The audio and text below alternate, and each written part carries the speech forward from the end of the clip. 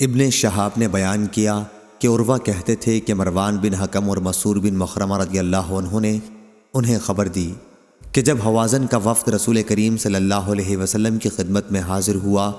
اور اپنے مالوں اور قیدیوں کی واپسی کا سوال کیا تو آن حضرت صلی اللہ علیہ وسلم نے فرمایا کہ سچی بات مجھے سب سے زیادہ پسند ہے،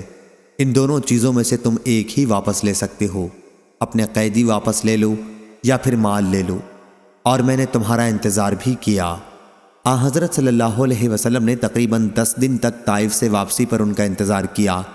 اور جب یہ بات ان پر واضح ہو گئی کہ آن حضرت صلی اللہ علیہ وسلم ان کی صرف ایک ہی چیز قیدی یا مال واپس کر سکتے ہیں تو انہوں نے کہا کہ ہم اپنے قیدی ہی واپس لینا چاہتے ہیں۔ اب آن حضرت صلی اللہ علیہ وسلم نے مسلمانوں کو خطاب فرمایا۔ آپ صلی اللہ علیہ وسلم نے اللہ کی اس کی شان کے مطابق حمد و ثنا کرنے کے بعد فرمایا، اما بعد، تمہارے یہ بھائی اب ہمارے پاس توبہ کر کے آئے ہیں، اور میں مناسب سمجھتا ہوں کہ ان کے قیدی انہیں واپس کر دیے جائیں۔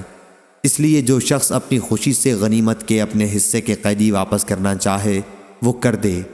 اور جو شخص چاہتا ہو کہ اس کا حصہ باقی رہے اور ہمیں جب اس کے بعد سب سے پہلی غنیمت ملے تو اس میں سے اس کے حصے کی ادائیگی کر دی جائے تو وہ بھی اپنے قیدی واپس کر دے، اور جب ہمیں دوسری غنیمت ملے گی تو اس کا حصہ ادا کر دیا جائے گا۔